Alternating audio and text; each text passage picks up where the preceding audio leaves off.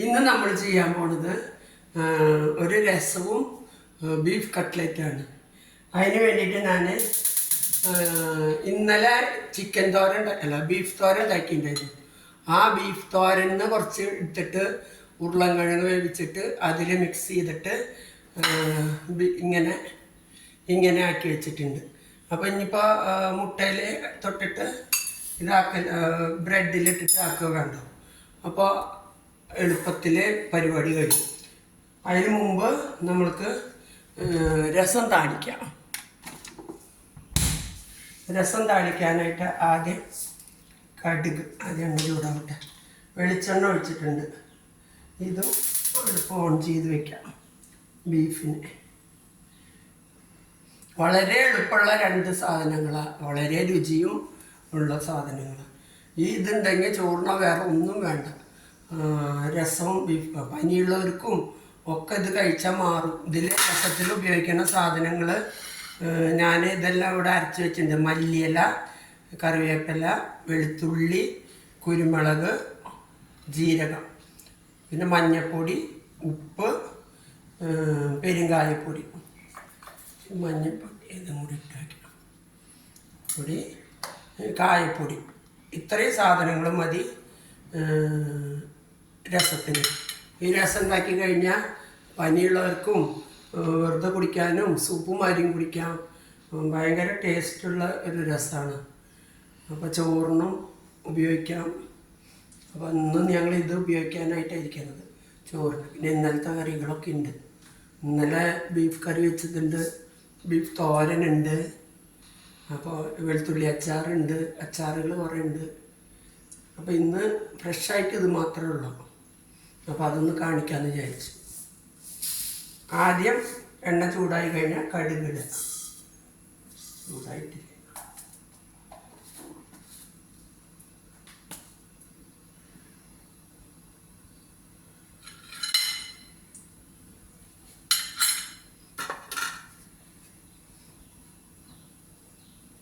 പൊട്ടിയില്ല.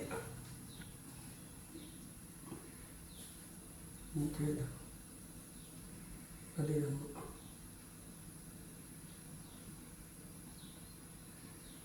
പൊട്ടുന്നില്ല,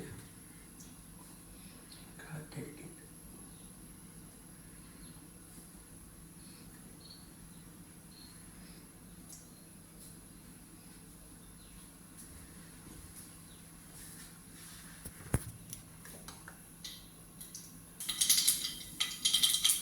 എന്നിട്ട് ഇപ്പോൾ കടുക് നന്നായി പൊട്ടിയിട്ടുണ്ട്. ഇനിയിപ്പോൾ ഈ മിക്സെല്ലാം അതിലിട്ടിട്ട് ഒന്ന് ലൈറ്റ് ഒന്ന് വഴറ്റുക. അത്ര വേണ്ട.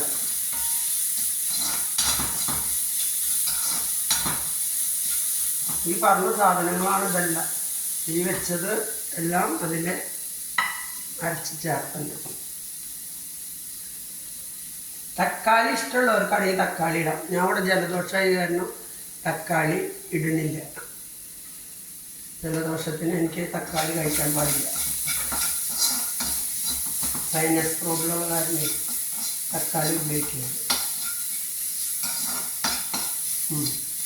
ഇതായിട്ടാണ് ഇത് നന്നായി ആയി. അപ്പോൾ നമ്മളിവിടെ പിഴിഞ്ഞ് വെച്ച പുളിവെള്ളം ഒഴിക്കുക.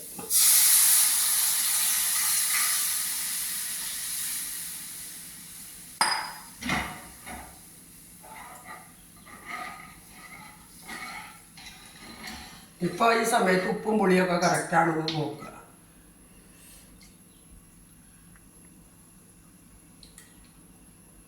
ഉപ്പ് കുറവാ.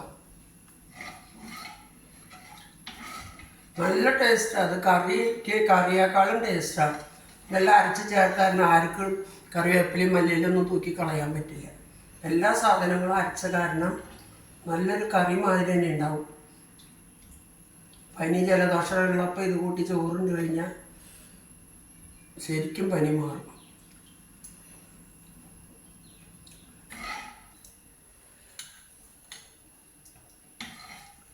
ഇത്രയേ ഉള്ളൂ.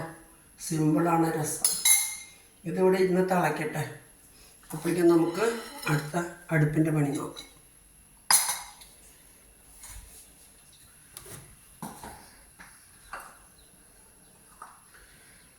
ഇത് ഇന്നലെ ഞാൻ ഉണ്ടാക്കണത് ഇന്നലെ ചിക്കൻ തോരൻ കാണിച്ചിട്ടുണ്ടായിരുന്നു. ആ ചിക്കൻ തോരൻ്റെ ഇറച്ചിയിൽ നിന്ന് കുറച്ചെടുത്തിട്ട് ഉരുളക്കിഴങ്ങ് വേവിച്ച് മിക്സ് ചെയ്ത് ഇങ്ങനെ പിടിച്ചു വെച്ചു ഉരുക്കിയിട്ട്. ഇനിയിപ്പോൾ ഇതിൽ മുട്ടയിൽ തൊട്ടിട്ട് ബ്രെഡ് ക്രംസിൽ തൊട്ടിട്ട് ഇടുക വേണം.